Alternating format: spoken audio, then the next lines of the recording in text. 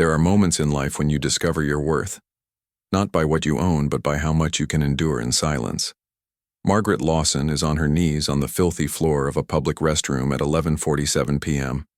At 41 years old and 8 months pregnant, she scrubs cracked tiles while a puddle of urine spreads toward her worn-out sneakers. The fluorescent lights flicker overhead. Maggie squints. The back pain is worse tonight.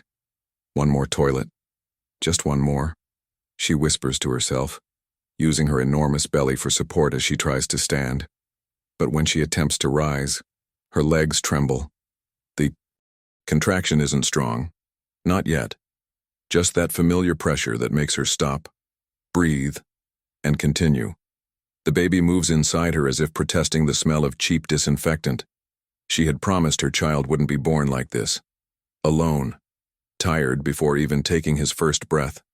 Maggie shouldn't be here. 6 months ago, she had a 2-bedroom apartment. She had a husband who promised to stay. She had a bank account that, though modest, at least existed. Now she has $340 in her pocket and 1 week until next month's rent. "You can do this, little one," she murmurs, caressing her belly as she walks to the next sink. "Mama can do this." The bathroom door opens with a metallic creak. Maggie freezes. It's too late for movement at the bus station. The waiting area lights have already been turned off. She's been alone since 10 p.m. Or at least she thought she was. Footsteps echo. In the corridor. Firm, masculine. Maggie's heart races. She knows the unwritten rules. Women alone in empty places need to be invisible. But she's trapped between 2 open stalls, with a bucket of dirty water and an 8-month belly. There's nowhere to hide. The footsteps stop at the bathroom entrance. "Excuse me," a male voice says, hesitant, polite. "Is anyone there? My daughter needs to use the bathroom, but the light was off." Maggie breathes a sigh of relief. Father, daughter, not danger. "Come in," she responds, turning to continue cleaning. "I'm almost done." But when she turns, her knees give out. Pain explodes in Maggie's back like a whip. She falls to her knees again, gasping, one hand braced on the wet floor, the other protecting her belly. And it's at this moment that the man sees her, really sees her, not as the invisible janitor, not as the ghost people pass without, making eye contact. He sees a pregnant woman alone on her knees in a stinking bathroom at almost midnight. If you've ever been through a moment when no one seemed to see you, leave a comment saying, "I understand." Sometimes knowing we're not alone changes everything. "My God," he murmurs. "Are you okay?" Maggie tries to stand, but shame weighs more than her body. She doesn't want to be seen like this. Not by him. Not by anyone. "I'm fine," she lies, her voice trembling. I just lost my balance." The man takes a step forward. He's well-dressed. Dress shirt, tailored pants, shoes. That cost more than Maggie's monthly salary. But there's something in his eyes. Something that looks like recognition. Do I know you?" he asks, frowning. Maggie finally manages to stand, leaning on the sink. She looks at his face. Mid-40s. Gray hair at the temples. Tired eyes. She searches. His face trying to remember who he was, and why that weary look seemed to carry the same pain she saw in the mirror every morning. And then she remembers. 20 years ago. The community center where she worked part-time. The man who arrived late to pick up his young son because he was at the hospital with his sick wife. She stayed with the boy until 9 p.m. that night, helped with math homework while the father cried in the parking lot. "Daniel?" she whispers. His eyes widen. "Maggie?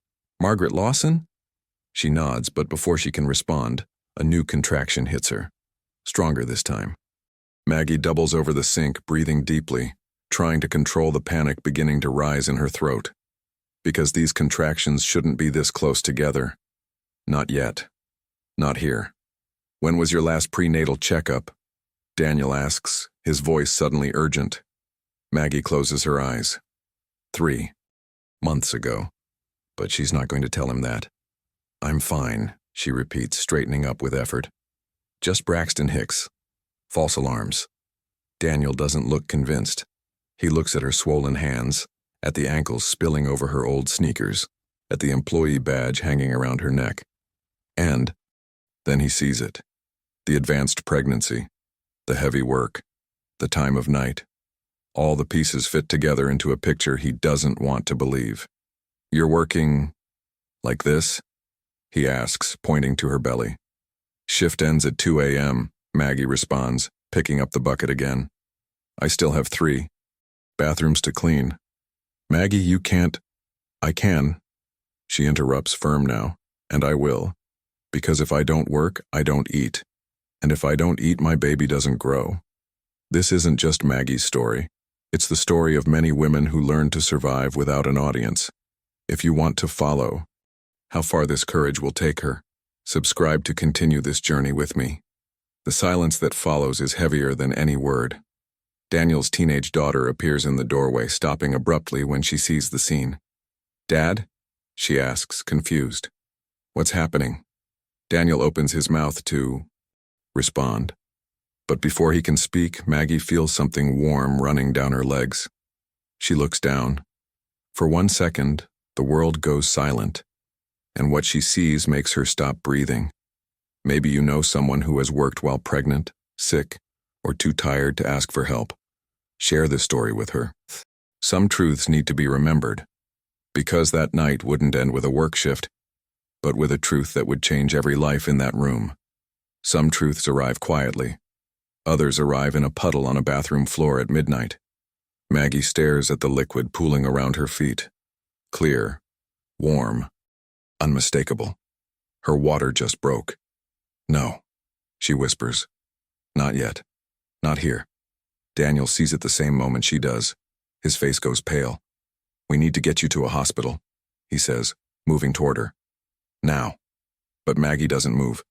She stands frozen, one hand gripping the sink, the other pressed against her belly. Her mind races through calculations she's made 1,000 times before. Hospital means bills. Bills mean debt.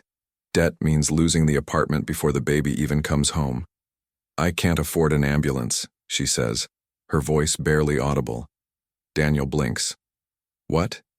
"I don't have insurance that covers this," Maggie continues, speaking faster now, panic rising. "The hospital will want a deposit. I don't have a deposit. I don't have anything." Another contraction hits. This one doubles her over. She gasps, her knuckles white against the porcelain sink. Daniel's daughter steps forward, her young face suddenly older than her 15 years. "Dad," she says quietly, "we have to help her." There are moments that divide a life into before and after. This is one of them. Daniel pulls out his phone. His hands shake slightly as he dials. "I'm calling 911, he says, "and I'm coming with you to the hospital." "You don't understand," Maggie begins. "No," Daniel interrupts, his voice firm but not unkind. "You don't understand. 20 years ago, you stayed late with my son when I couldn't be there. You didn't ask if I could pay you overtime. You didn't ask anything. You just stayed." Maggie's eyes fill with tears. She doesn't remember it that way. She only remembers a scared little boy who needed help with fractions. "That was different," she whispers. "How?" Daniel asks. Maggie has no answer, because the truth is, she would have done it for free.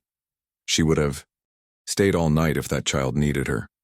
And now someone is offering to do the same for her. If someone ever showed you kindness when you had nothing to offer in return, you know how hard it is to accept help. Drop a below if you understand what Maggie is feeling right now. The 911 operator answers.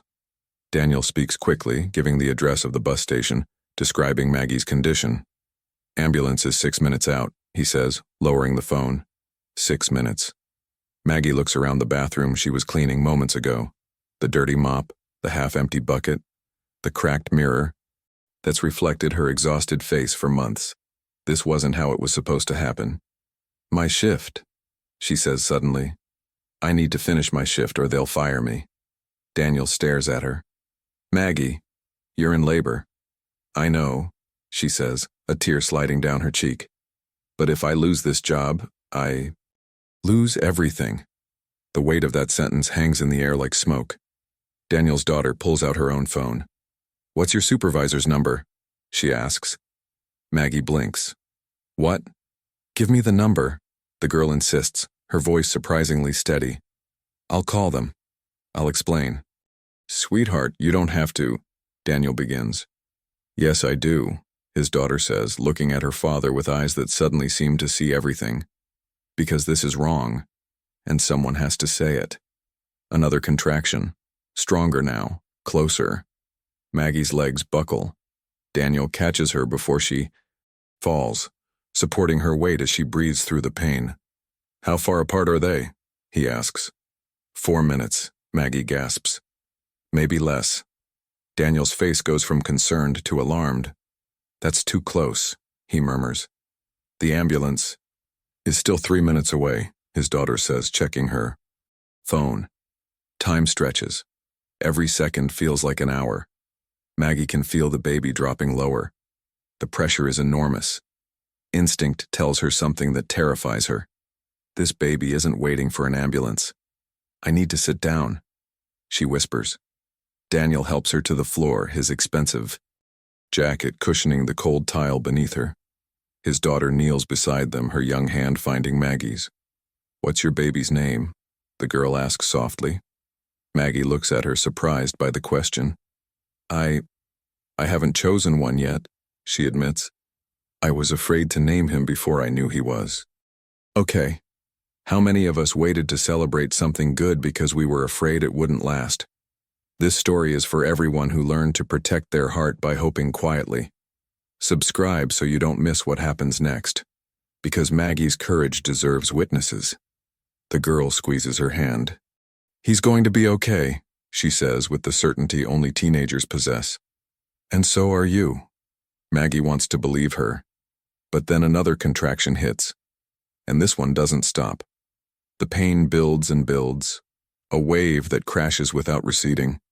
Maggie cries out, her body taking over. Doing what bodies have done for millennia. "Something's wrong," she gasps. "Something's..." And then she feels it. The undeniable urge to push. "The baby's coming," she whispers, terror flooding her voice. "Right now. The baby's coming now." Daniel's eyes widen. His daughter goes pale. The ambulance siren wails in the distance, but it's still too far away. "I don't know what to do," Daniel says, his voice cracking.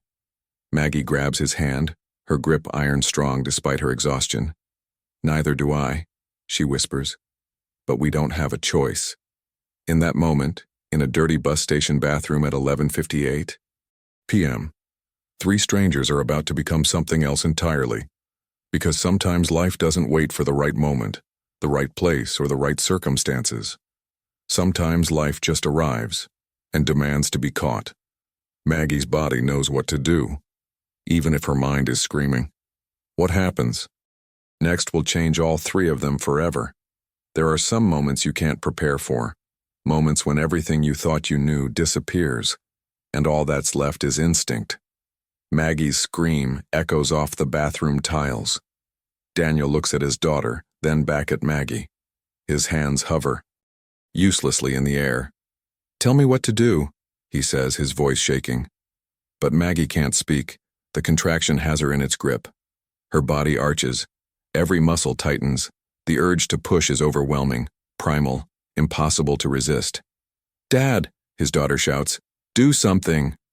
Daniel's mind races. He's built companies, negotiated million-dollar deals, stood at his wife's bedside as she took her last breath. But this is different. This is life demanding to arrive, and he's the only one here to catch it.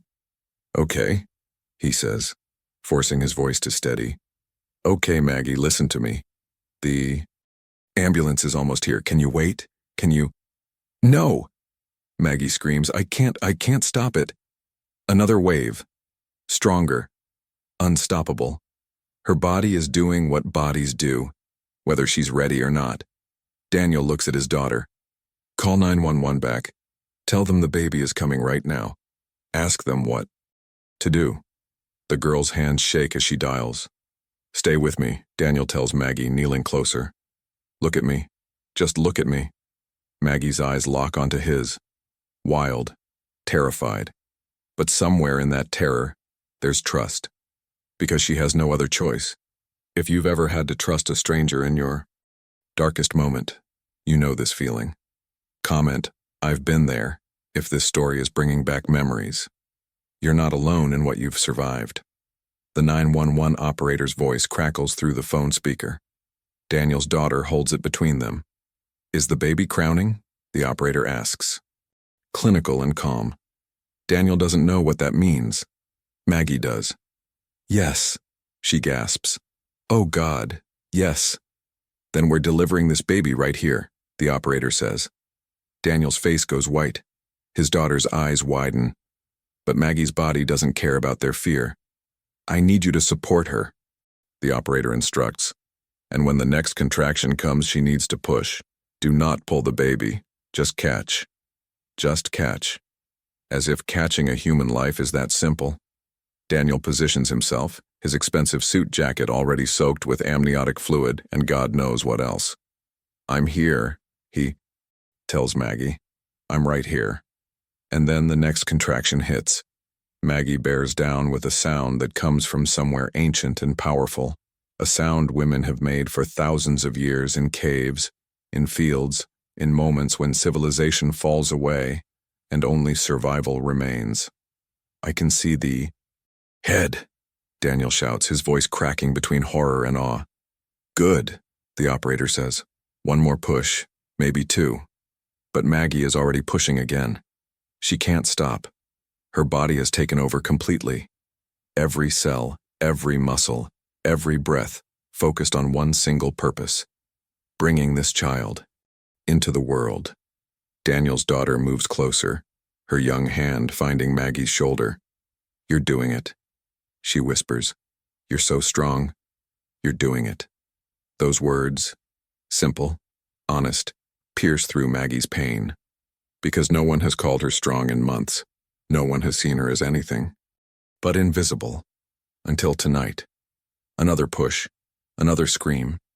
And then, the head is out, Daniel shouts, his hands trembling as he supports the tiny skull.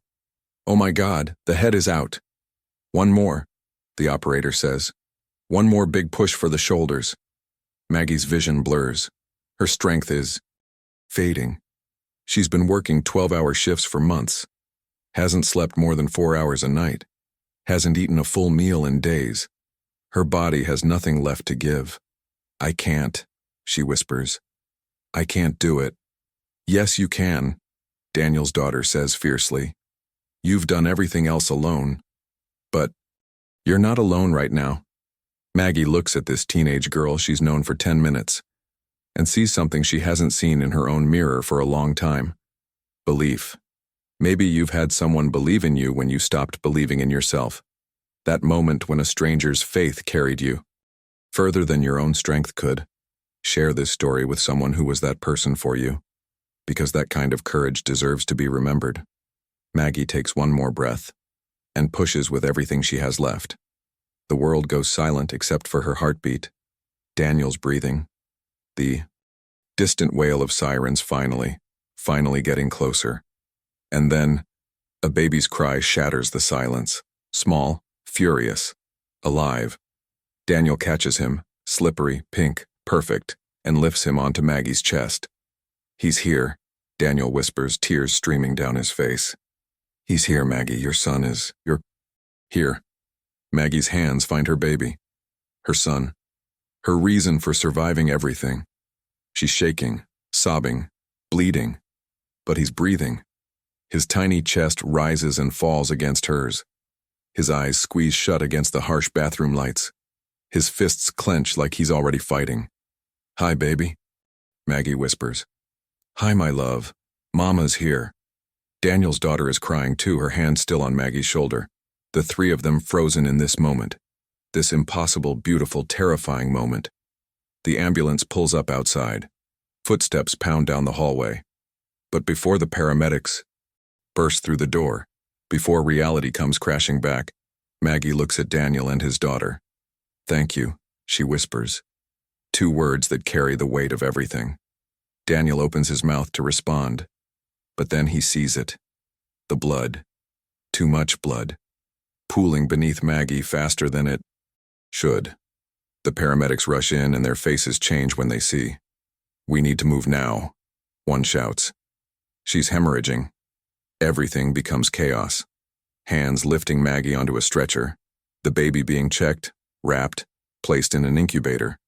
Daniel and his daughter pushed aside as professionals take over. And as they wheel Maggie away, her eyes find Daniel's one last time.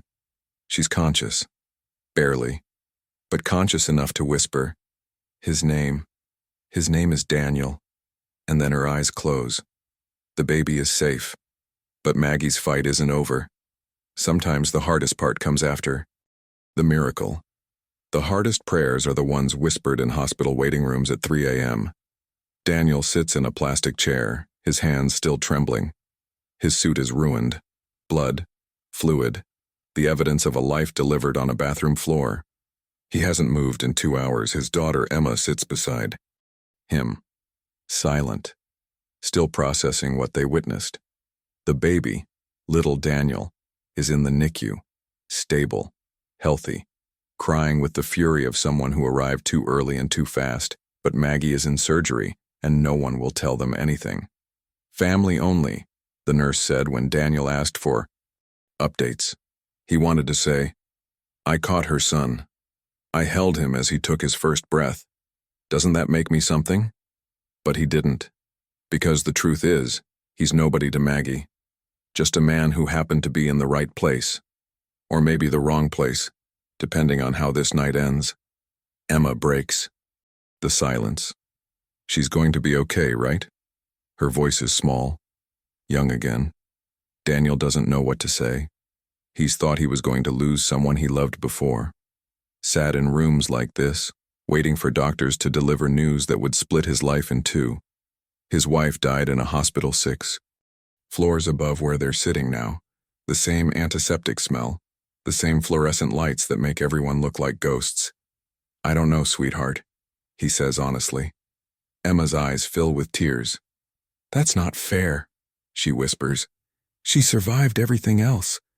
Working while pregnant. Being alone.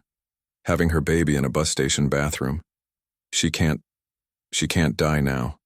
If you've ever waited for news about someone you barely knew, but suddenly couldn't imagine losing, you understand what Daniel is feeling.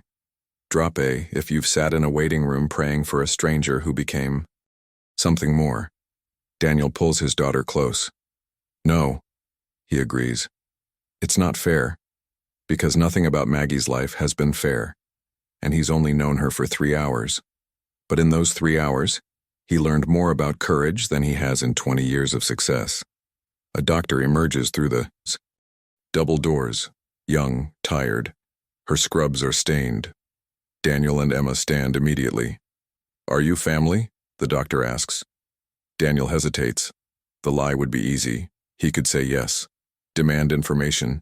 Use his name, his influence, his money to force his way through hospital protocol. But before he can speak, "We're all she has," Emma says quietly. The doctor studies them, takes in Daniel's ruined suit, Emma's tear-stained face, the way they're both standing like their world is balanced on her next words. She makes a decision. "She lost a lot of blood," the doctor says, "postpartum hemorrhage, partum. We had to do an emergency procedure to stop the bleeding." Daniel's chest tightens. "And?" "She's stable now, weak. She'll need transfusions, rest, monitoring. But she's alive." The breath Daniel didn't know he was holding releases all at once. Emma starts crying. Relief mixed with exhaustion mixed. With something else Daniel can't quite name. "Can we see her?" he asks. The doctor hesitates again. "She's still unconscious. And when she wakes up?" The doctor pauses. "She's going to have questions. About her baby. About her job. About how she's going to manage what comes next." "What do you mean?" Daniel asks. The doctor's expression softens with something that looks like pity. "She can't work for at least 6 weeks. Probably longer. She'll need help with the baby, follow-up appointments, Medication. The doctor glances at her chart. According to her intake form, she has no emergency. Contacts. No insurance beyond basic Medicaid, no family listed. The weight of those words settles over them like snow. 6 weeks without work. For someone who was cleaning toilets at 8 months pregnant, because she had no other choice. What happens to people like her? Emma asks. When they can't work? The doctor's silence is answer enough. Maybe you know someone who fell through the cracks because they got sick, got hurt, or just couldn't keep going. This is why Maggie's story matters. Subscribe so you don't miss what happens when the system fails, and when humans decide to do better. Daniel's phone buzzes. A text from his assistant wondering where he is, why he missed tonight's dinner meeting with investors. He looks at the message for 3 seconds, then turns his phone off completely. Can you tell me which room she's in? He asks the doctor. Room 412. The doctor says. But like I said, she's still... I know, Daniel interrupts gently. I need to see her. To know she's really okay. The doctor nods slowly. 20 minutes. Then you need to let her rest. Daniel and Emma take the elevator to the 4th floor in silence. The hallway is quiet except for the beeping of monitors and the soft shuffle of night nurses making rounds. Room 412 is at the end of the hall.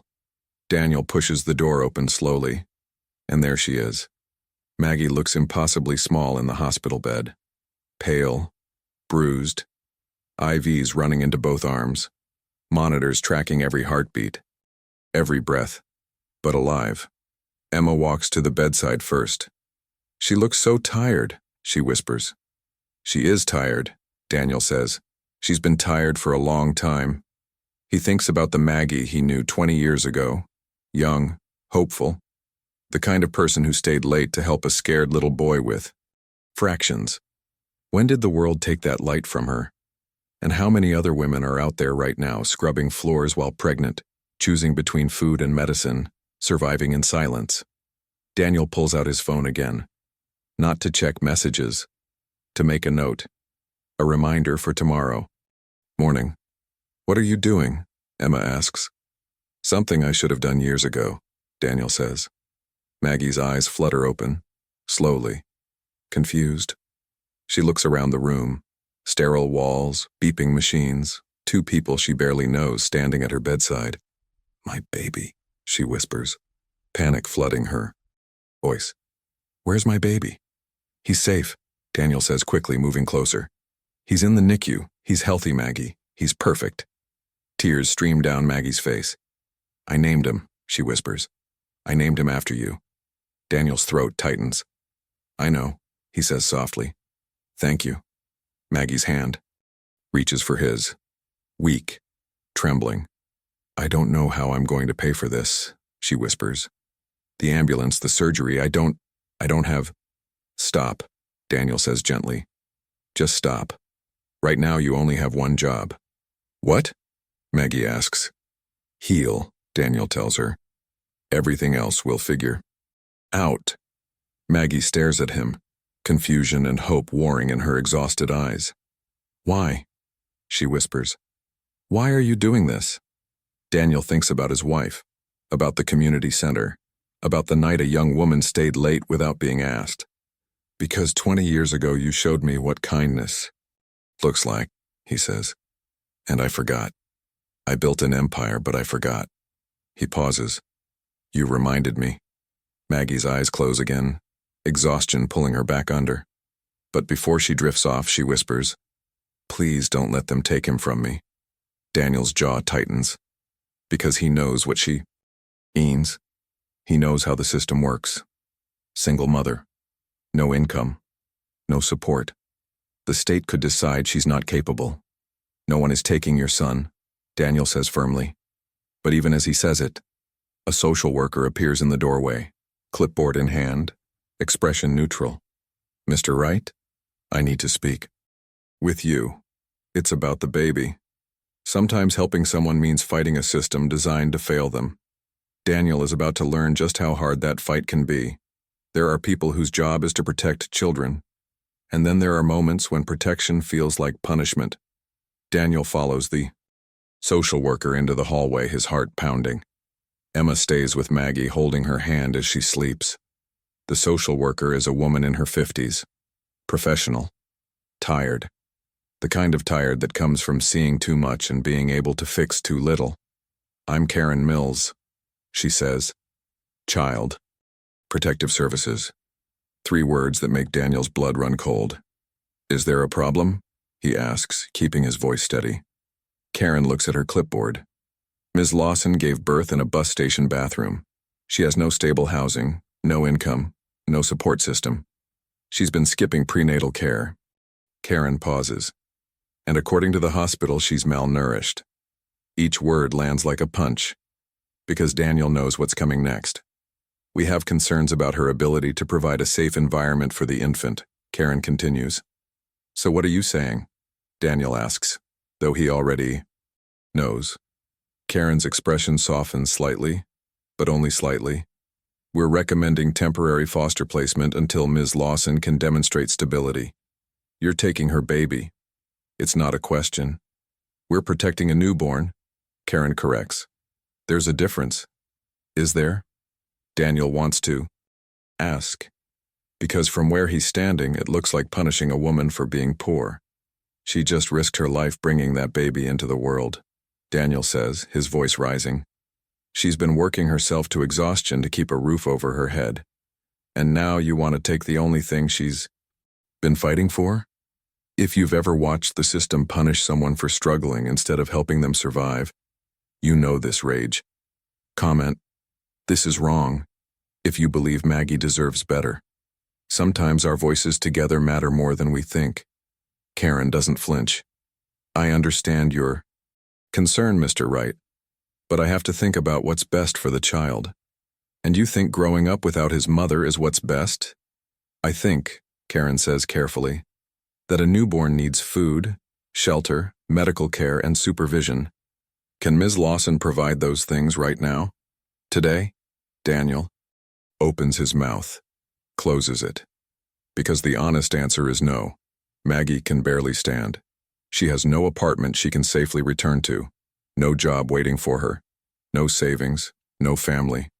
The system is right, and that's what makes it so wrong. "How long?" Daniel asks quietly. "What? How long does she have? To prove she's stable? To get her son back?" Karen sighs. "It depends. Stable housing, steady income, completed parenting classes, follow-up medical appointments, mental health evaluation." She pauses. "Realistically, 3 to 6 months. 6 months. Half a year of her baby growing up without her. Half a year of missing first smiles, first sounds, first everything. That's not protection," Daniel says. "That's cruelty." "That's the system," Karen replies. "And I don't make the rules. I just enforce them." She turns to walk back toward the nurse's station. Daniel makes a decision. "Wait." Karen stops. "What if she had housing, and income, and support?" Karen turns back slowly, suspicion crossing her face. "Mr. Wright, if you're suggesting—" "I'm not suggesting anything inappropriate," Daniel interrupts. "I'm asking a hypothetical question. If Ms. Lawson had those things, today, right now, would you still recommend foster placement?" Karen studies him for a long moment. "Are you offering to provide those things? Answer my question first." Another pause. Longer this time. "If she had legitimate housing, documented income, and a viable support system," Karen says slowly, "then no, we would monitor the situation, but we wouldn't remove the child." Daniel nods. "Then she has all 3. Karen's eyebrows rise. "Excuse me?" "Housing. I own a property management company. I have furnished apartments available." "Mr. Wright." "Income. I can offer her employment. Administrative work she can do from home while recovering." "Mr. Wright, you can't just—" "And support. My daughter and I will be available to help with childcare, transportation, whatever she needs." Karen stares at him like he's lost his mind. Maybe he has. But when he closes his eyes, he sees his wife in a hospital bed 6 years ago, holding his hand, making him promise something. Don't become so successful that you forget what matters. He forgot anyway. Until tonight. Maybe you've made a promise to someone you lost. A promise you haven't kept yet. Share this story with someone who needs to remember theirs, because it's never too late to honor the people who believed in us. This is highly irregular, Karen says. I don't care. She's a stranger to you. No, Daniel says quietly. She's someone who helped me 20 years ago when I had nothing to offer in return. I'm just evening. The score? Karen looks at him for a long time. Then she makes a note on her clipboard. I'll need documentation, employment contract, lease agreement, references, and I'll be conducting home visits. Fine. And if anything changes? Nothing will change, Daniel says firmly. Karen nods slowly. I'll hold off on the foster placement recommendation for now. But Mr. Wright? She looks him directly in the eyes. If you're doing this to feel good about yourself, and you disappear in 2 weeks, that baby will suffer. And so will she. I understand. Karen walks away, leaving Daniel alone in the fluorescent hallway. His phone buzzes again. More missed calls. More meetings. More of the life he was living 3 hours ago. A life that suddenly feels very small. He walks back into Maggie's room. Emma looks up, her expression questioning. What did she want? Emma whispers. To take the baby. Emma's face goes pale. But they're not going to, Daniel continues, because Maggie's going to have everything she needs. Dad, what did you do? Daniel looks at Maggie, still sleeping, still exhausted, still fighting even in unconsciousness. Something I should have done a long time ago. Emma's quiet for a moment. Then she says, Mom would be proud of you. Daniel's throat tightens. Yeah, he whispers. I think she would. Maggie stirs, her eyes open slightly. Did I hear? She begins, her voice barely audible. Did someone say, foster care? The panic in her voice is immediate, primal. She tries to sit up, but the pain stops her. My baby. They can't, please. Shh, Daniel says, moving to her bedside. No one is taking him. You're both staying together. But I heard the social worker is going to sign off on you keeping your son, Daniel says, because you're going to have housing, income, and help. All of it arranged. Maggie stares at him, confusion flooding her face. I don't understand. You will, Daniel says. But right now you need to rest. Your son needs you healthy. Tears spill down Maggie's cheeks. Why are you doing this? She whispers.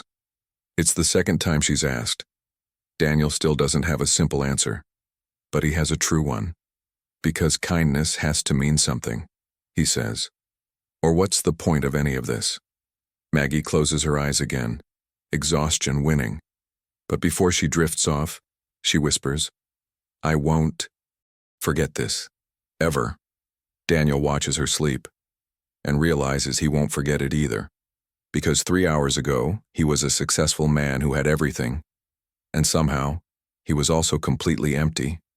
Now he has a purpose, a promise to keep. But as he stands there, his phone rings. His business partner. The third call in an hour. Daniel knows what it's about. The investor meeting he missed. The deal that might fall apart. Millions of dollars hanging in the balance. He looks at the phone, then at Maggie, then at his daughter, watching him with eyes that are measuring something more important than money. Some decisions change one life. Others change who you are. Daniel is about to learn which choice defines him. Money has always talked. But tonight, Daniel is learning it doesn't always say the right things. He stares at his phone, his business partner's name flashing on the screen for the 4th time. Emma watches him from across the room. You should answer it, she says quietly. Daniel knows she's right. The Grayson deal. 6 months of negotiations, $30 million in investments, expansion into 3 new markets, everything he's worked for in the past year. All of it waiting on him, showing up to one dinner, one handshake, one performance of confidence and control. But his hands still smell like amniotic fluid and disinfectant. and he can't stop seeing Maggie on that bathroom floor, fighting for her life and her child simultaneously. If you've ever had to choose between what looks successful and what feels right, you know this moment. Drop A if you've made a choice that cost you something but saved who you are. He answers the call. Daniel, where the hell are you?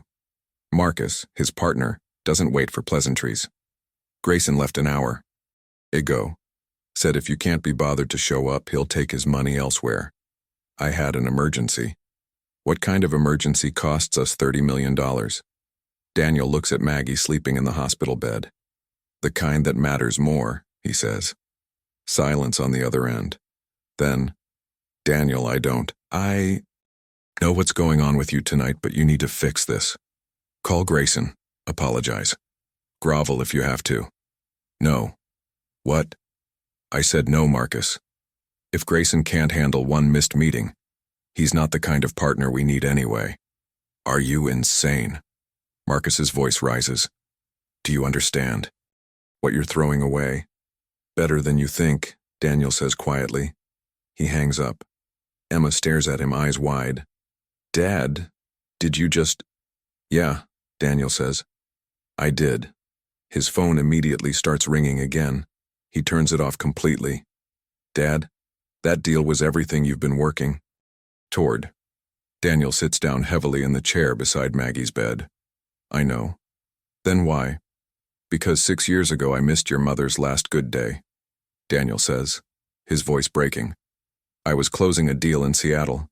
She called and said she was feeling better, wanted to go to the botanical garden. I said I'd take her when I got back.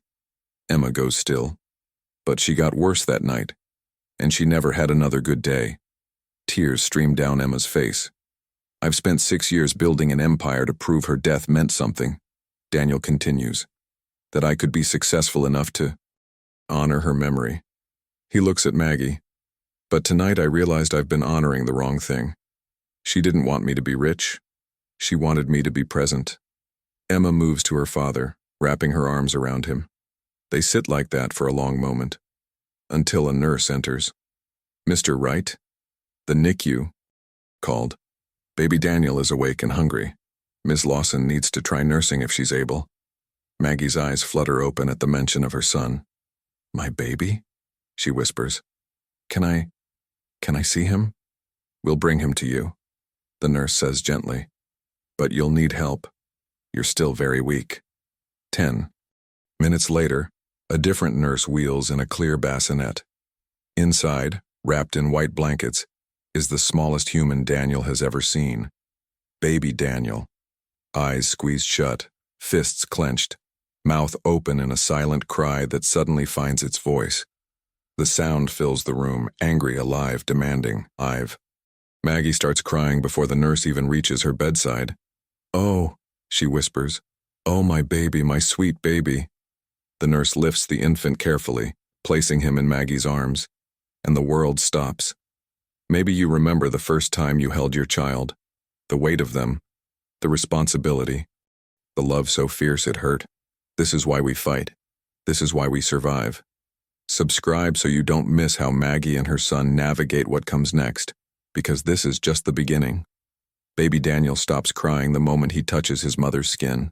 Instinct, recognition, home. Hi, Maggie whispers, her voice shaking. Hi, my love. I'm your mama. I'm here.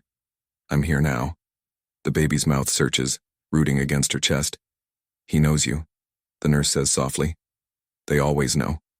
With the nurse's help, Maggie guides her son to nurse for the first time. It's awkward, painful, neither of them quite sure what they're doing.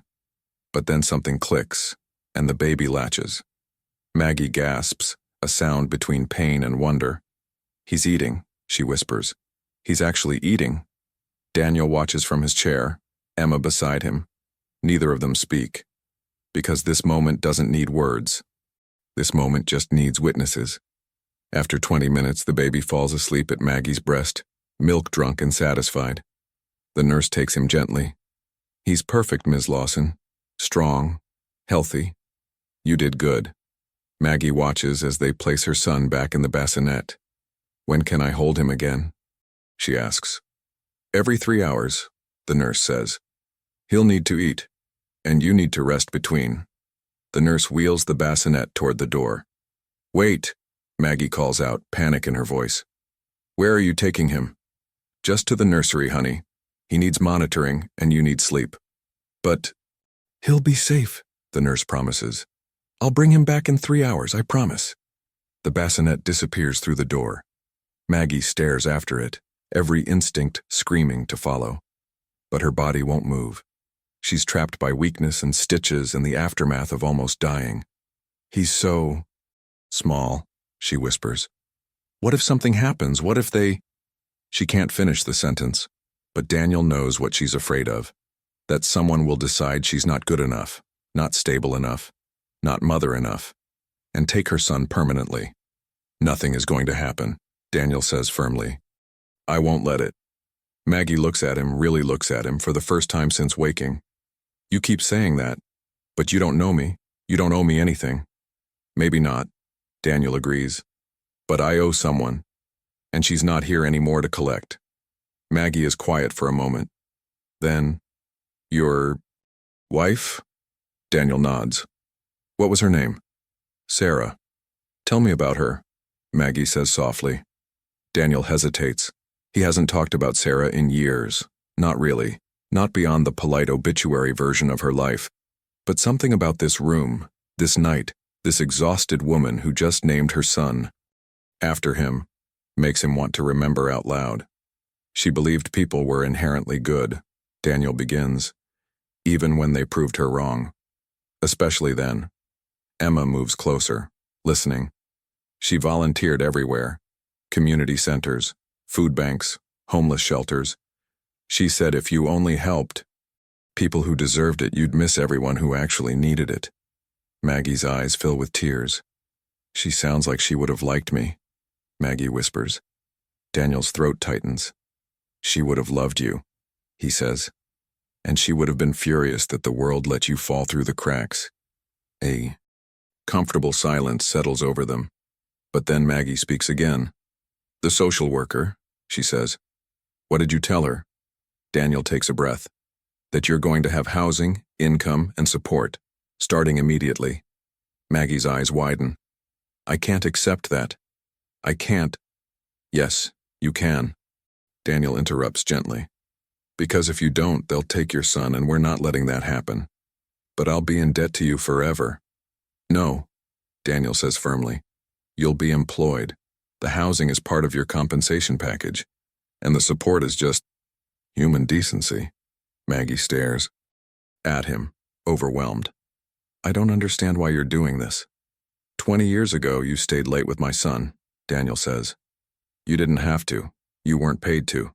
But you did it anyway, because a scared kid needed help. He pauses.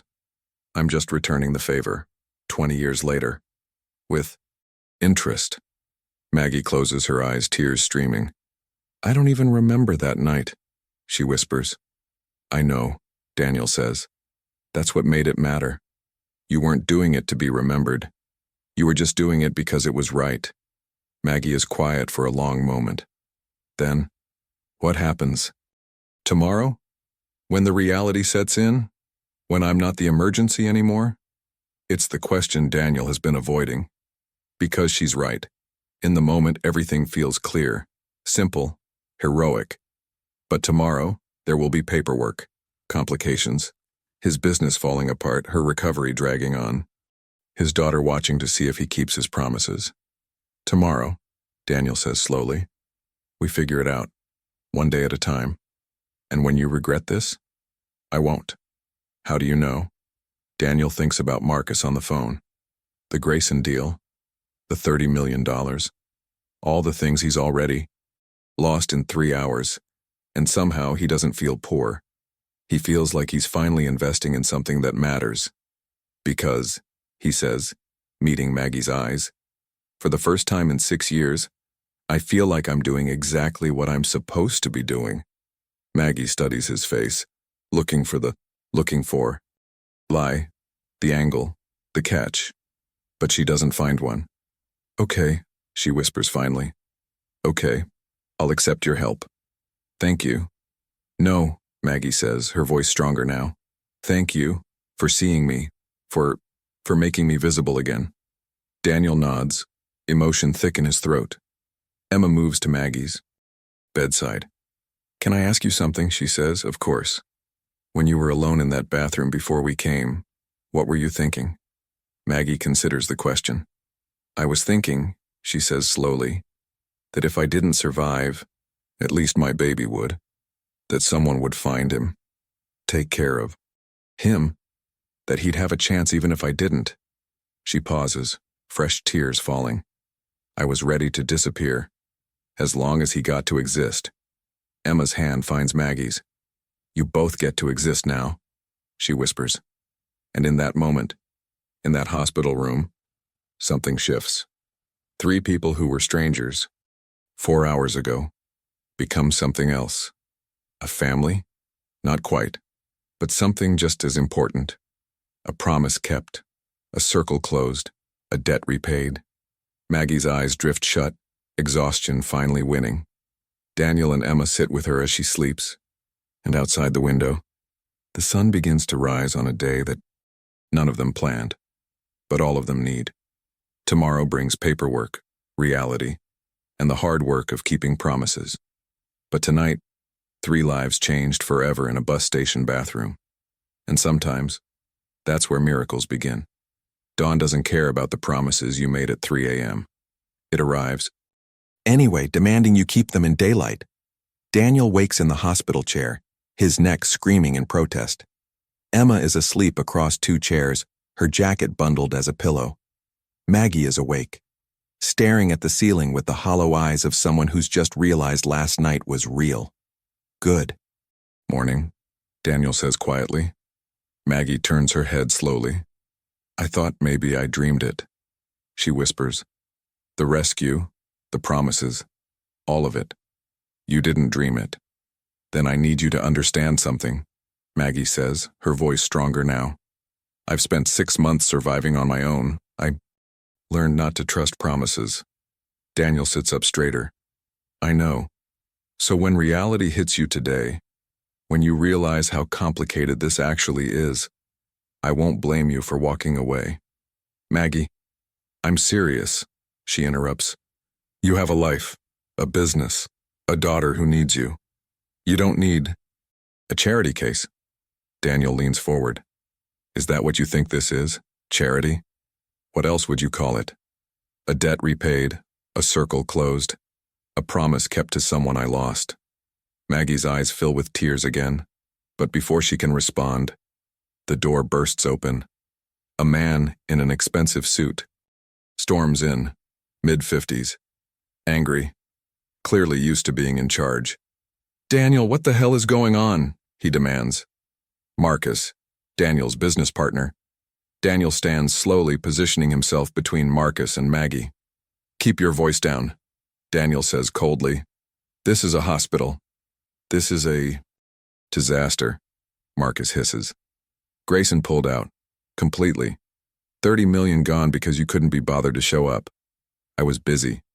Busy? Marcus looks around the room, his eyes landing on Maggie. Busy with what? With...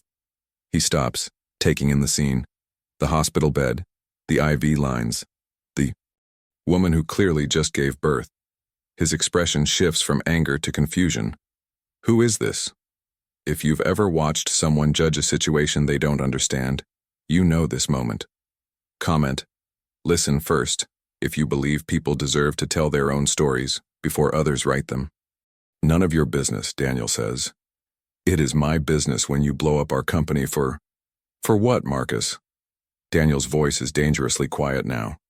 Say it, for what? Marcus looks at Maggie again, then at Emma, now awake and watching with fierce eyes. He makes a calculation and chooses the wrong words. For someone who's not even family. The room goes silent. Emma stands up. Get out, she says, her voice shaking with fury. Emma, sweetheart, I didn't mean... Yes, you did, Emma interrupts. You meant exactly that. That some people matter and some people don't. That success is more important than souls. She walks to her father's side. My mom used to say you were the reason Dad forgot how to be human. I never understood what she meant. Until right now. Marcus's face flushes red. Daniel, you need to get control of your daughter. My daughter, Daniel says quietly, is the only person in this room with any clarity. He pulls out his phone, turns it on, opens his email, and types. What are you doing? Marcus asks nervously. Writing my resignation from Wright & Associates, Daniel says calmly. You can't. I built that company from nothing. I can walk away from it just as easily. You're insane. No, Daniel says, hitting send. I'm finally sane. Marcus stares at him speechless, then storms out of the room, muttering about lawyers and contracts. The door slams behind him. Silence. Maggie speaks first. Did you just quit your company? Our company. Daniel corrects. He can have it. I'll start a new one. Because of me? No, Daniel says honestly. Because of me.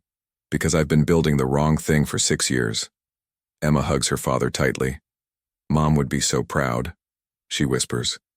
A nurse enters, breaking the moment. Ms. Lawson? Baby? Daniel is ready to eat, and Dr. Chen wants to discuss your discharge plan. Discharge? The word hits like cold water, because discharge means leaving the hospital, going somewhere, needing a plan that's more than promises whispered at 3 a.m. Reality has arrived. The nurse wheels in the bassinet. Baby. Daniel is awake, fussing softly. Maggie's entire face transforms when she sees him. Nothing else matters. Not Marcus, not companies, not fear, just her son. The nurse helps Maggie with positioning. This time the baby latches easier. You're getting the hang of it, the nurse says encouragingly. Maybe you remember learning to be a mother, the fear and joy mixed together. The moments when you had no idea what you were doing but did it anyway. Share this story with a new mother who needs to know she's not alone, because every mother started exactly where Maggie is now. While Maggie nurses, Dr. Chen enters, young, professional, carrying a tablet loaded with information. Ms. Lawson, let's talk about going home, she begins. Maggie's body tenses. Home. What home? You'll need 2 weeks of strict rest. No lifting anything heavier than the baby. Someone needs to be with you 24/7 for the first week. You'll need follow-up appointments at 3 days, 1 week, and 2 weeks. Dr. Chen continues listing requirements, medications, warning signs, emergency protocols. Each item another impossibility. Daniel watches Maggie's face shut down, armor going up, hope retreating. She'll have all of that, he says. Dr. Chen looks at him. And you are? Her employer, and... Daniel pauses. Friend. The word feels inadequate, but it's the only one he has. Good, Dr. Chen says, because she can't do this alone. After the doctor leaves, Maggie speaks quietly. This is where you realize it's too much, isn't it? Daniel sits in the chair beside her bed. Maggie, I'm going to tell you something true. Can you handle true right now? She nods slowly. Last night I had everything. A successful company. A reputation. Millions in the bank. He pauses. And I was emptier than I've been since Sarah died. Maggie watches him carefully. I've been chasing her ghost for 6 years, building monuments to grief, proving I could succeed without her. His voice cracks. But she didn't want monuments. She wanted me to remember how to be human. So I'm your redemption project? No, Daniel says, firmly. You're my reminder that success means nothing if you're successful alone. Emma moves closer. He's telling the truth, she says to Maggie. I've watched him for 6 years, building and building and building, and getting smaller every day. She looks at her father. Last night was the first time I've seen him big again, the way he was when Mom was alive. Tears stream down Maggie's face. I'm scared, she whispers. I'm so scared this will fall apart, that I'll wake up tomorrow and you'll be gone and I'll be right back where I started. Then we'll be scared together, Daniel says. Daniel, because I'm terrified too. Of what? Of failing you. Of making promises I can't keep. Of being the man Marcus thinks I am instead of the man Sarah believed I could be. Baby Daniel finishes nursing and immediately falls asleep in his mother's arms. Maggie looks down at her son. I named him after you, she says quietly, but I barely know you. Then we'll learn, Daniel says. One day at a time. A social worker appears in the doorway. Not Karen. Someone new, younger, with a clipboard and skeptical eyes. Ms. Lawson, I'm here to complete the home assessment evaluation before discharge. Maggie's face goes white. Home assessment? Standard procedure for at-risk mothers. We need to verify your living situation before releasing the infant into your care. At risk. The label lands like a slap. She has housing, Daniel says immediately, and full support. The social worker looks at him coolly. Are you the father? No. Family? No. Then I'll need to speak with Ms. Lawson privately. Daniel looks at Maggie. Her entire body is shaking. It's okay, he tells her. Tell the truth. All of it. But the truth, Maggie. Trust me. Daniel and Emma step into the hallway. The door closes, and through the small window they watch the social worker ask questions. Watch Maggie's face crumble as she explains. No permanent address, no job, no family, no support system. Until last night. Emma grabs her father's hand. What if they don't believe her? Then we make them believe, Daniel says. The social worker exits 20 minutes later. Her expression is unreadable. Mr. Wright, I need to see documentation of the housing and employment you mentioned. Of course, I can have everything to you by this afternoon. And I'll need to conduct a home visit before discharge. Daniel's stomach drops, because he doesn't have a home ready. Not yet. He made promises at 3 a.m. without thinking through logistics. When? He asks. Today. 4 p.m. That's only 8 hours. Standard protocol, Mr. Wright. Unless you'd prefer we arrange temporary foster care while you prepare? The threat is clear. Move fast or lose the baby. Daniel makes another decision. 4 p.m. is perfect, he says with confidence he doesn't feel. I'll text you the address.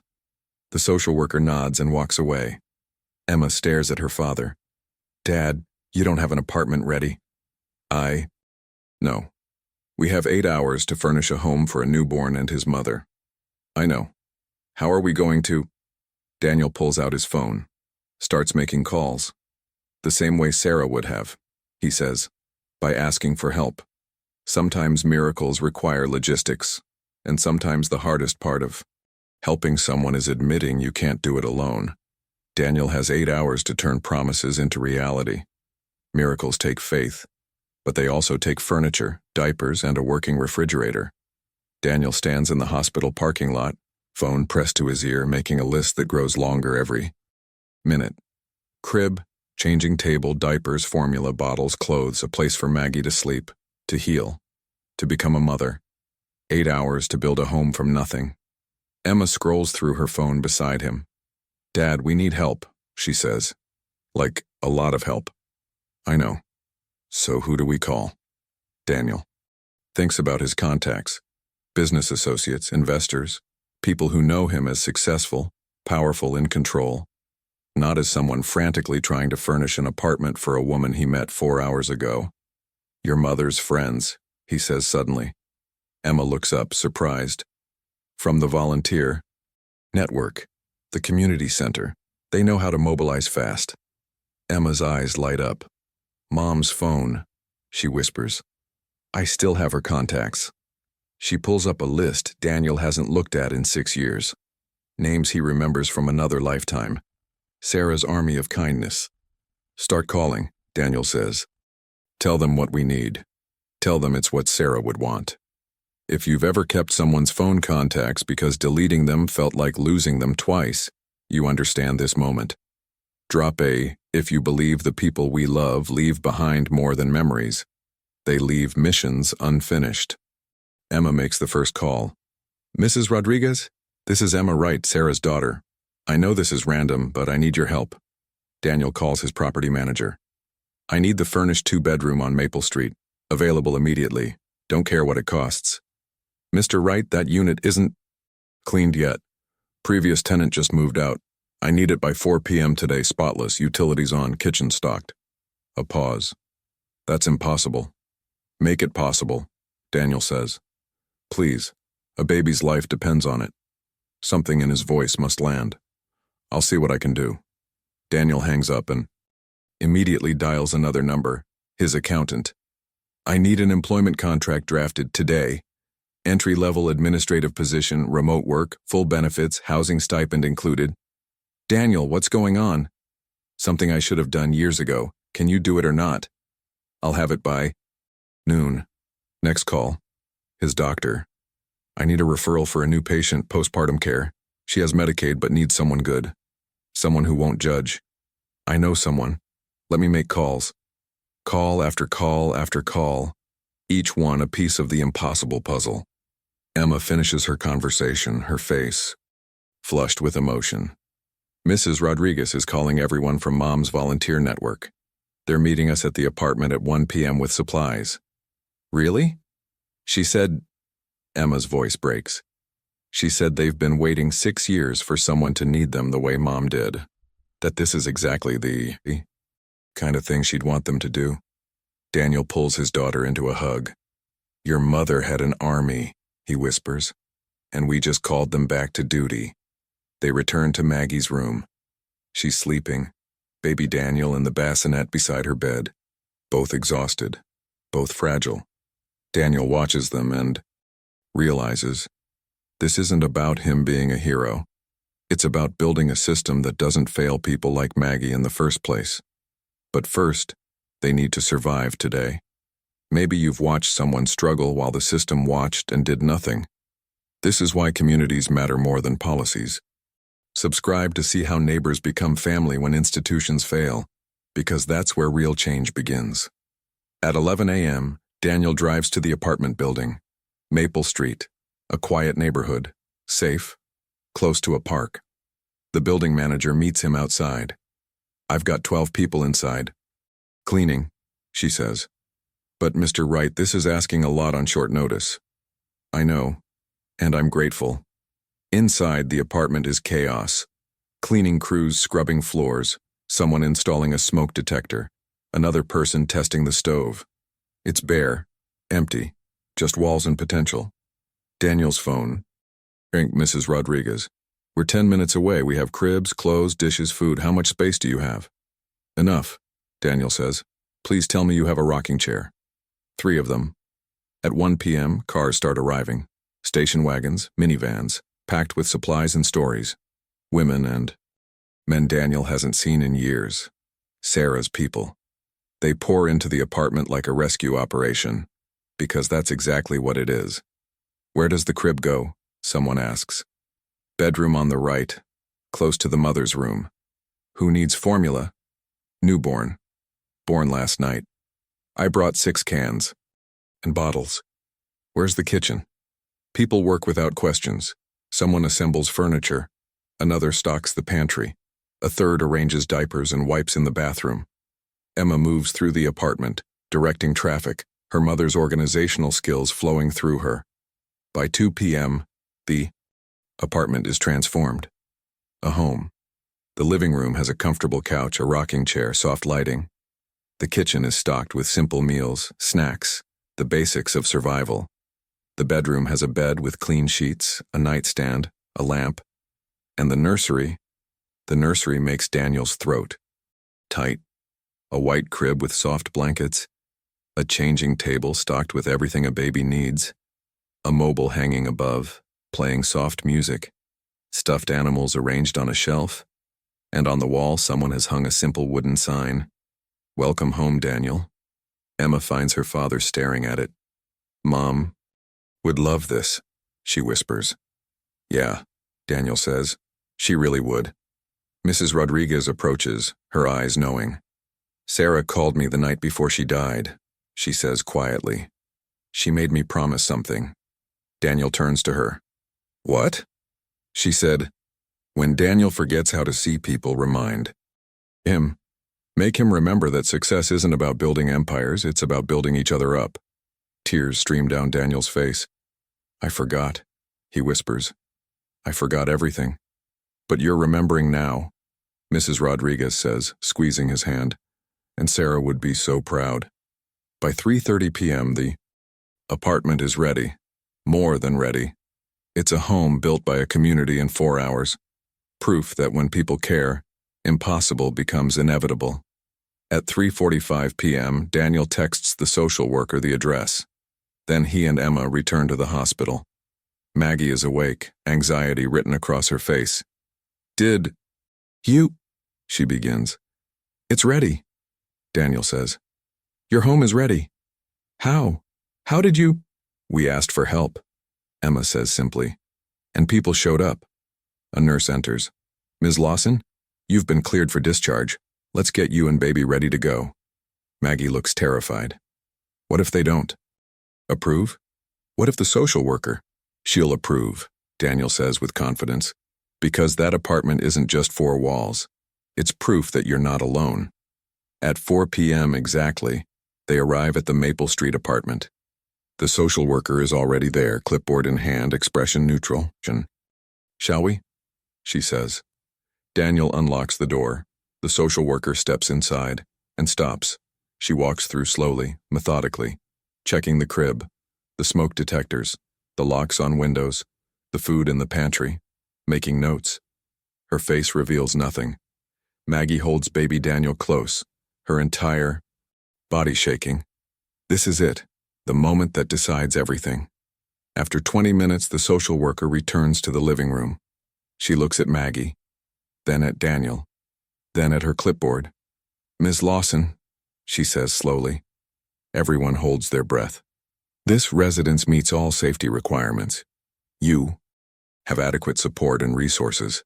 She pauses, and for the first time her expression softens.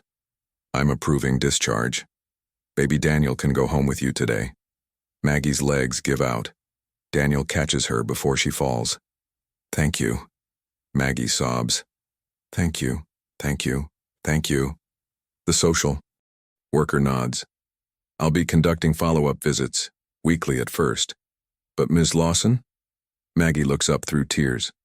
"You have something most of the mothers I work with don't have." "What?" "People who showed up. Not because they had to, because they wanted to." She closes her clipboard. Don't take that for granted."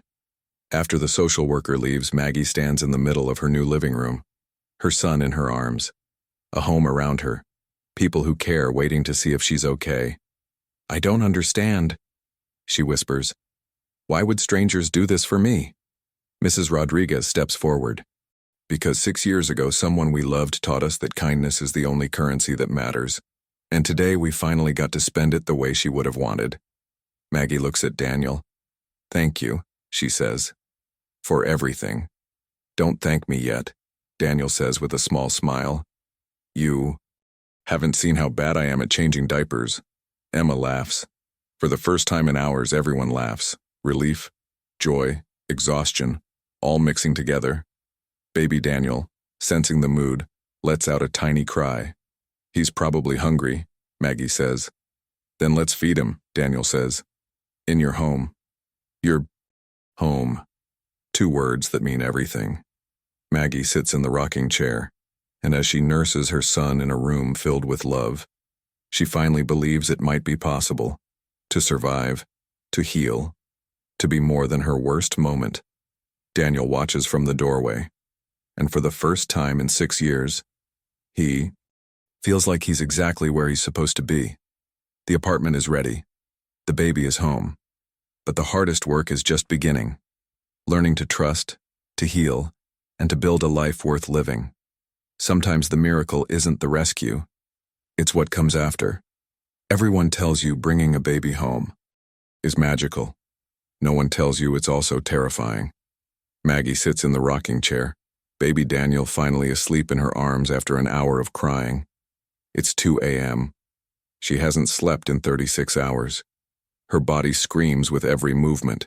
The stitches pull, her breasts ache, her head pounds, and she's never been more afraid in her life. Because in the hospital there were nurses, buttons to push, people who knew what to do. Here, it's just her, and a baby who depends on her for everything. What if she fails him? Daniel appears in the doorway, looking just as exhausted. Can't sleep either? He asks. Quietly. Maggie shakes her head. Tears slide down her cheeks. I don't know what I'm doing, she whispers. He cried for an hour. I tried feeding him, changing him, holding him. Nothing worked, and then he just stopped. Fell asleep. That's what babies do, Daniel says gently. They cry until they're done crying. But what if something was wrong? What if he was in pain and I didn't know? If you remember the first night alone with your baby, the fear that every cry meant something terrible, you understand Maggie's terror. Comment, I remember, if those first nights still live in your memory, because that fear is universal. Daniel sits on the floor beside the rocking chair. When Emma was 3 days old, she cried for 4 hours straight. Sarah and I tried everything. We were convinced something was horribly wrong. What was it? Gas, Daniel says with a tired smile. Just gas. But we didn't know that. We were terrified first-time parents who had no idea what we were doing. How did you get through it? We didn't, Daniel admits. We called Sarah's mother at 3 a.m. sobbing. She came over, took one look at Emma and said, She's fine. She's just a baby. And you're just parents. You'll figure it out. Maggie looks down at her sleeping son. What if I don't figure it out? Then we'll figure it out together, Daniel says. That's why I'm here. You can't stay forever. The words hang between them. Because she's right. This arrangement, Daniel sleeping on her couch, Emma in the guest room, this strange found family, isn't sustainable. Eventually, life will demand they return to normal. Whatever normal means now. Let's worry about forever tomorrow, Daniel says. Tonight we just survive. Baby Daniel stirs, his face scrunching. Maggie tenses, waiting for the cry. But it doesn't come. He settles back into sleep. You should rest, Daniel says. Put him in the crib. Sleep while you can. What if he needs me? Then you'll be 3 feet away. But Maggie, you're healing. Your body went through trauma. You need sleep as much as he does. Reluctantly, Maggie stands. Every muscle protests. Daniel helps her to the nursery, steadying her when she sways. She lays baby Daniel in the crib, her hands trembling as she releases him. What if he stops breathing? She whispers. He won't. But what if? Then the monitor will alert us, Daniel says, pointing to the device on the nightstand. I promise if anything changes, we'll know. Maggie forces herself to step back from the crib. One step, then another, like leaving a piece of her soul behind. Daniel guides her to her bedroom. Try to sleep, he says. Even just an hour. Will you? Maggie stops, embarrassed. Will you stay? Just until I fall asleep? Daniel nods. He sits in the chair by the window while Maggie climbs into bed. She's asleep in seconds, exhaustion finally winning. Daniel watches her for a moment. This woman who worked while pregnant, who survived alone, who gave birth on a bathroom floor, who's still fighting even in sleep. His phone buzzes. A text from his lawyer. Marcus is threatening to sue for breach of contract. We need to talk. Daniel turns the phone off. Tomorrow's problems can wait. Maybe you've had to choose between the urgent and the important. Between what the world demands and what your soul knows is right. Share this if you've ever put someone's need above your own convenience, because that's how we change the world, one choice at a time. At 5 a.m., baby Daniel wakes screaming. Maggie bolts upright, disoriented. Where is she? What's happening? Then she remembers. Her apartment, her son, her new life. She stumbles to the nursery, every step agony. Baby Daniel's face is bright red, his tiny fists waving furiously. I'm here, baby. Mama's here. She lifts him, and the smell hits her. A diaper. Just a diaper. Relief floods through her. Something she can fix. She carries him to the changing table, but when she tries to remove the diaper, her hands shake so badly she can't manage the tabs. Come on, she mutters. Come on. The baby screams louder. Maggie's vision blurs with tears. I'm sorry, I'm trying, Warm hands cover. Warm hands. Hers. Daniel. Let me, he says gently. Together they change the diaper. Daniel's hands steady where hers shake. His calm grounding her panic. There, he says. All clean. Baby Daniel stops crying immediately. Maggie sags against the changing table. I can't even change a diaper without falling. Apart, she whispers. You just had major surgery 2 days ago, Daniel reminds her. You're not supposed to be able to do everything. But I have to. I'm his mother. Being his mother doesn't mean being superhuman, Daniel says. It means keeping him alive. Fed. Loved. Everything else, we figure. Out as we go. Maggie looks at him. Why are you really doing this? She asks.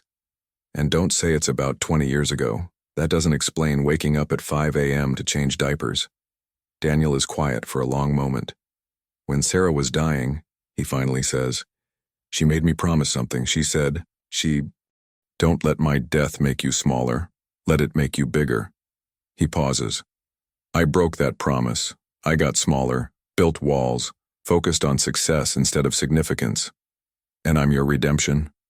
No, Daniel says firmly. You're my reminder. That significance looks like this. 5 a.m. diaper changes. Staying when it's hard. Showing up when no one expects you to. He meets her eyes. You don't owe me gratitude, Maggie. If anything, I owe you. For giving me a reason to remember who I was supposed to become. Tears stream down Maggie's face. I'm so tired, she whispers. I know. And scared. I know that too. What if I can't do this? Daniel takes baby Daniel from her arms. Then we'll do it together. One diaper at a time. He carries the baby to the rocking chair. Go back to bed. Sleep. I've got him. But, Maggie, you're healing. Let me help. That's what I'm here for. Reluctantly, Maggie returns to her bedroom. But she doesn't sleep. She lies in bed listening to Daniel's soft voice in the next room. Singing a lullaby she vaguely recognizes. His voice is terrible. Off-key. Completely unself-conscious. And somehow, that makes it perfect.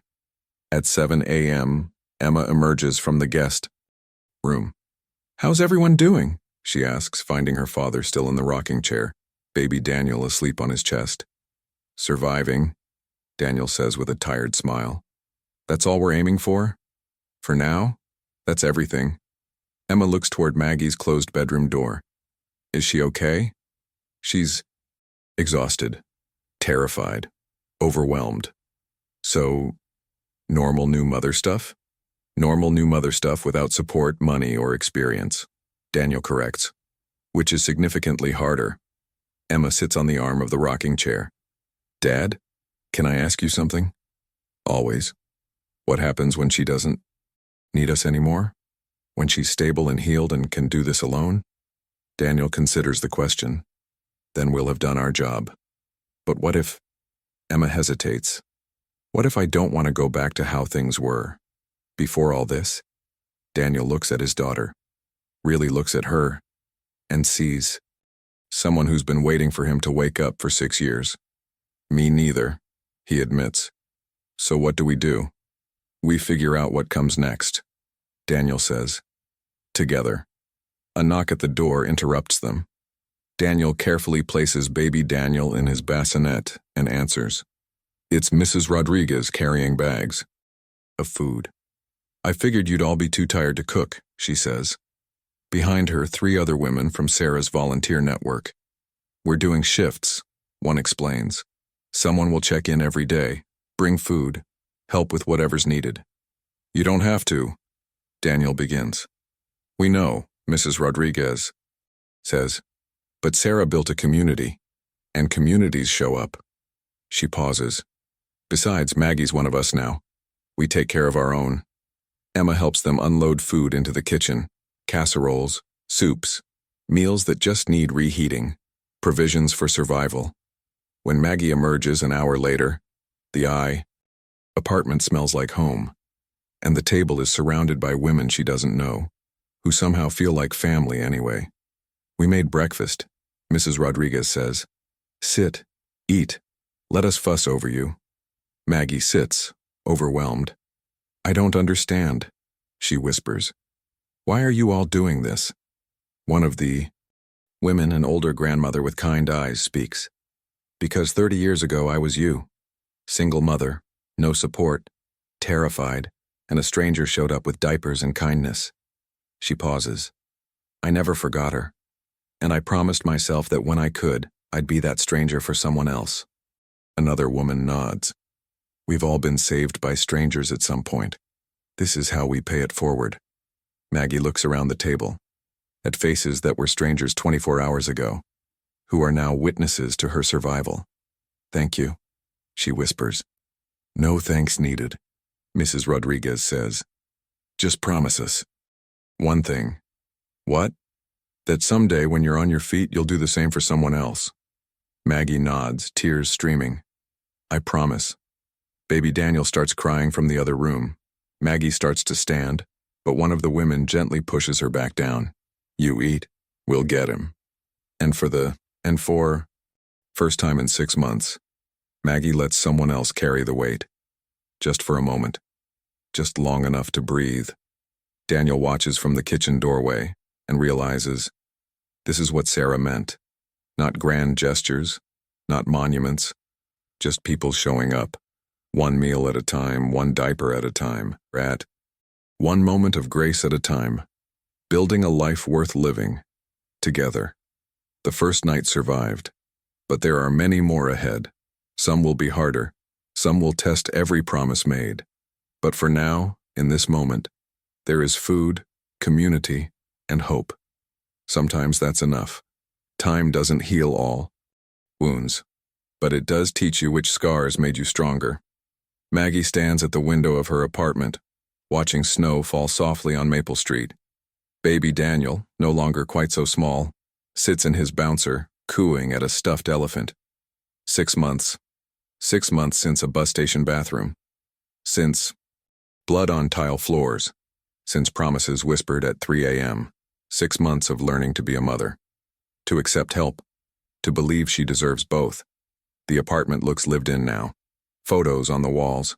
Toys scattered across the floor. The organized chaos of a life being built one day at a time. Maggie is stronger, healthier. Her body healed, though some scars remain. But the biggest changes are the ones no one can see. She no longer flinches when someone offers help, no longer apologizes for existing, no longer believes she has to survive alone. A knock at the door. Daniel and Emma, right on time, for their weekly Sunday dinner, a tradition that started as necessity and became family. How's my little man? Daniel asks, scooping up baby Daniel, who squeals with delight. The baby knows him, loves him, reaches for him like he's always been there. Because in the only life this child remembers, he has been. Emma hugs Maggie. You look good, she says. I feel good, Maggie admits. Really good. And it's true. The administrative job Daniel created for her turned out to be real work. Meaningful work. She's good at it. If you've ever rebuilt your life from nothing, you know this moment.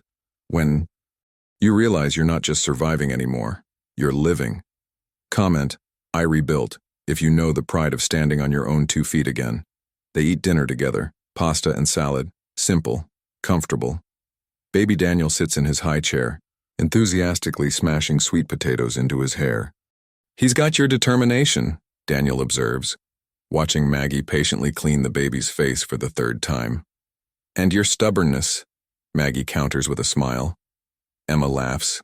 It's easy, natural, the rhythm of people who've become essential to each other. But there's something different. Tonight. An energy Maggie can't quite identify. After. Chapter 10. 6 months later. They say it takes a village to raise a child. What they don't tell you is that sometimes the village has to be built from scratch. Maggie stands at the window of her apartment, watching the sunrise paint the sky. Orange and pink. Baby Daniel, not so tiny anymore, sleeps in his crib behind her. 6 months old today. Half a year since that night in the bus station bathroom. Half a year since her life split into before and after. She looks different now. Healthier. Her hair is longer, pulled back in a simple ponytail. The dark circles under her eyes have faded, though they haven't disappeared completely. Motherhood doesn't allow for perfect sleep, but it allows for something better. Purpose. The apartment has changed too. Photos line the walls now. Baby Daniel at 1 month, 2 months. His first smile, captured at 8 weeks. And one photo that makes her throat tight every time she sees it. Daniel Wright holding baby Daniel in the hospital, hours after birth, his expensive suit ruined, and his face transformed by wonder. The man who stayed when he could have left. If you've kept a photo of someone, who changed your life in a single moment, you understand why Maggie can't look away from this one. Drop a if you have a picture that tells a story words can't capture. A knock at the door interrupts her thoughts. She opens it to find Emma, now 16, holding coffee and pastries. "Morning," Emma says with a smile. "Dad's in a meeting, so I brought breakfast." "You didn't have to." "I know," Emma interrupts. "But I wanted to. Plus, I need baby snuggles before school." They've settled into this routine over the past 6 months. Emma stopping by before school. Daniel checking in during lunch. Breaks. Mrs. Rodriguez and the volunteer network rotating visits throughout the week. A schedule built on showing up. Emma picks up baby Daniel, who's just waking up. "Hey, little man," she coos. "Happy 6-month birthday." The baby grins, a real, full-faced smile that makes his eyes crinkle. "He's getting so big," Emma says. "I know," Maggie says softly. "Sometimes I can barely remember him fitting in one hand." She pauses. "Sometimes I can barely remember the person I was 6 months ago." Emma looks at her carefully. "In a good way?" Maggie considers the question. 6 months ago, she was invisible, surviving but not living, working herself to exhaustion with no hope for anything better. Now, in a complicated way, Maggie says honestly, "I'm grateful, so grateful it hurts. But also what? Also scared that it's temporary, that I'll wake up and this will all disappear." Emma sits on the couch, baby Daniel in her lap.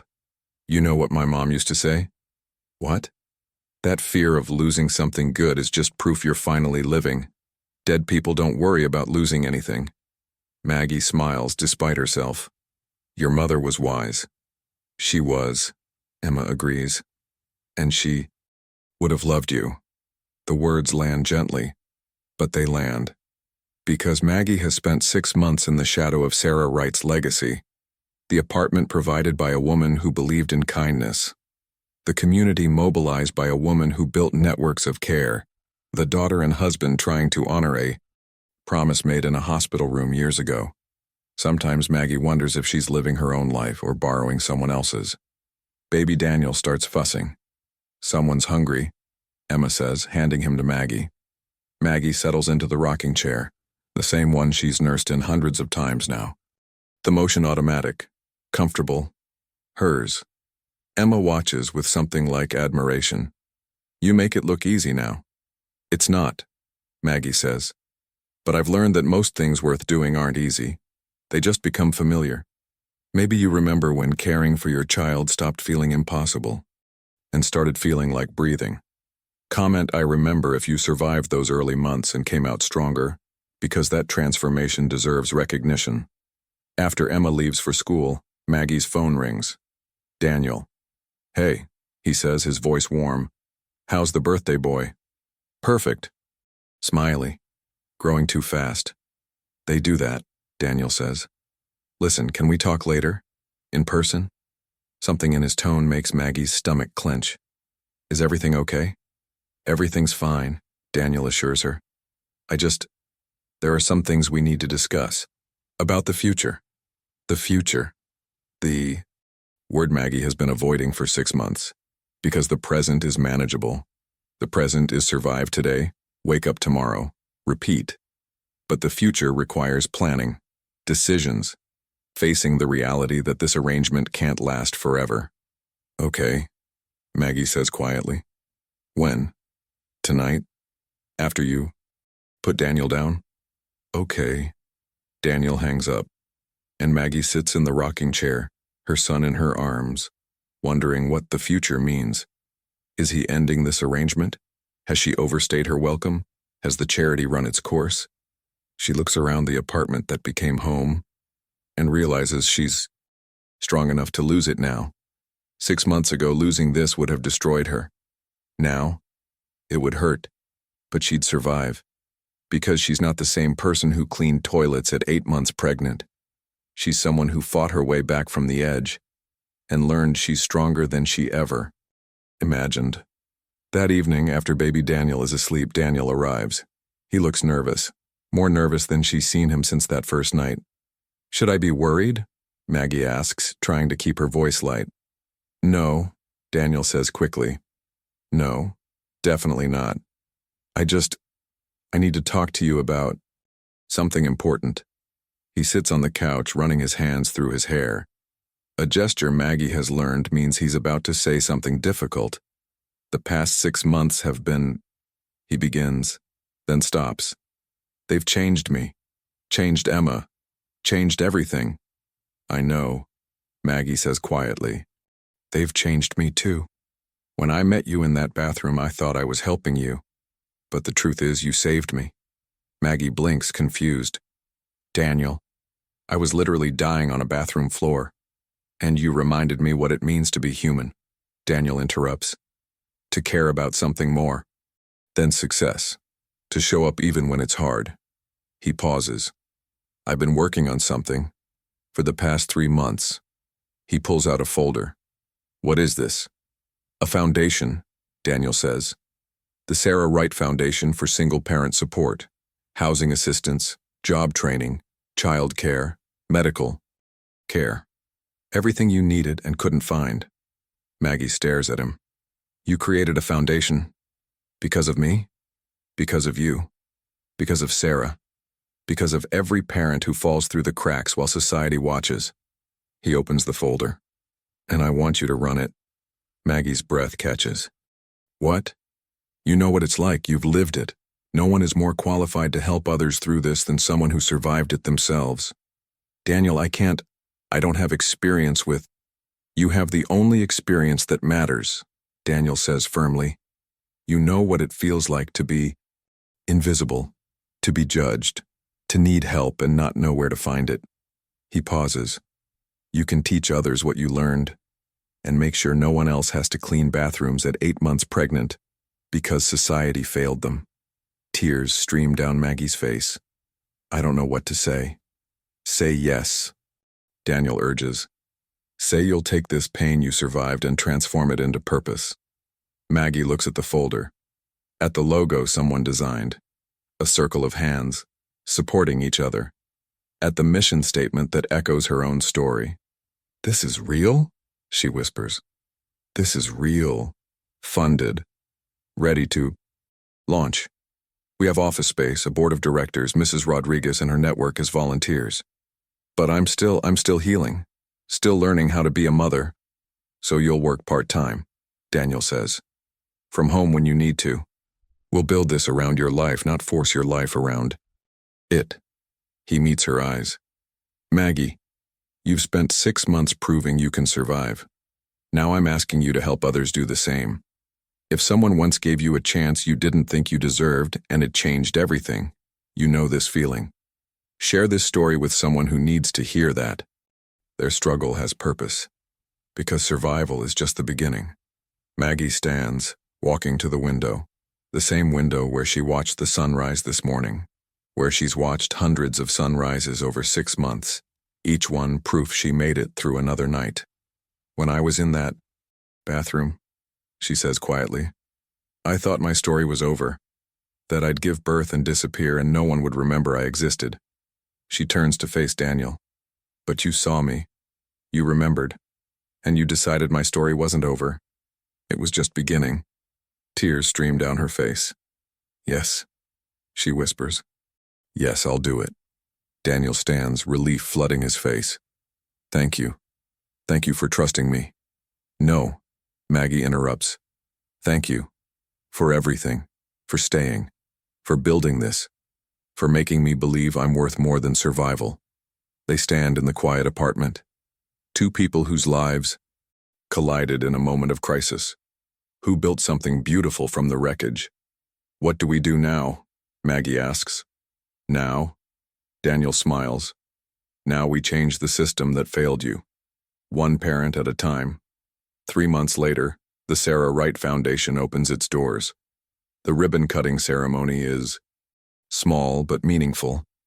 Mrs. Rodriguez in the volunteer network, Emma beaming with pride, and Maggie, holding 9-month-old Daniel, speaking to a small crowd. 6 months ago I was invisible, she says, her voice steady. The system saw me as a problem to be managed, not a person to be helped. She pauses. But one person saw me differently. One person remembered that I'd once helped his family, and he decided to return the favor. 20 years later, she looks at Daniel. That's what this foundation is about. Not charity, not pity, but remembering that we're all one crisis away from needing help and choosing to be the person who stays. The crowd applauds, and as Maggie cuts the ribbon, baby Daniel in one arm, she realizes her story didn't end in that bathroom. It began there, because sometimes the worst moment of your life is just the prologue to the best chapter. 1 year. After that night, Maggie stands in the foundation office. Wall charts track families helped, resources distributed, lives changed. 37 families in the first year. 37 people who didn't have to clean bathrooms while pregnant, who didn't have to choose between food and prenatal care, who were seen, helped, reminded they mattered. Emma volunteers after school, helping with childcare while parents attend job training. Daniel serves as board president, using his business expertise to expand their reach. And Maggie? Maggie runs the foundation with the fierce protectiveness of someone who knows exactly what's at stake, because she lived it. Her phone rings. A new referral. A woman, 7 months pregnant, just lost her job. I'll take it, Maggie says immediately. Because she knows that woman. She was that woman. And now, she's the person who stays. That evening, Maggie sits in her rocking chair. Baby Daniel, now a toddler, asleep in his bed. Photos covering the walls of their home. Evidence of a life built from nothing. She thinks about the woman she was a year ago. Invisible, exhausted, alone, and whispers to that version of herself, "You made it, you survived, and now you're helping others do the same." A knock at the door. Daniel and Emma carrying dinner. "We thought you might be too tired to cook," Emma says. "You thought right," Maggie says with a smile. They eat together, this strange family built from crisis and kindness. And as Maggie watches Daniel help clean up, Emma play with baby Daniel, she realizes home isn't a place. It's people who choose to stay, even when they don't have to, especially then. Some stories end with happily ever after.